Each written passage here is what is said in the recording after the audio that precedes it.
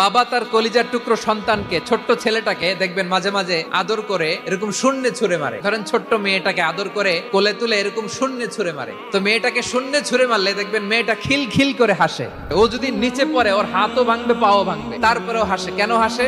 কারণ মেয়েটার বিশ্বাস আছে যে আব্বু আমারে ছাড়বে না, আব্বু আমাকে ঠিকই ধরে ফেলবে। চিল্লায় বলেন ঠিক কি না?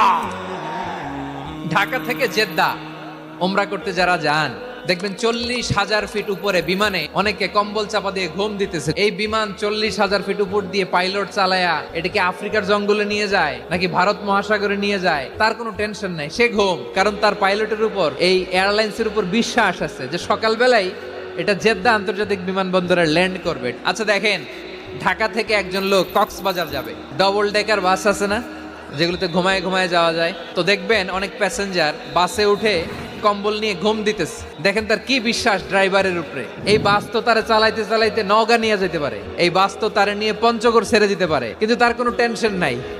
সে দেখবেন ব্ল্যাঙ্কেট নিয়ে কম্বল নিয়ে দিছে জনমের ঘুম। এর কারণ তার বিশ্বাস আছে যে সকালবেলা এই বাস কক্সবাজারেই পৌঁছবে।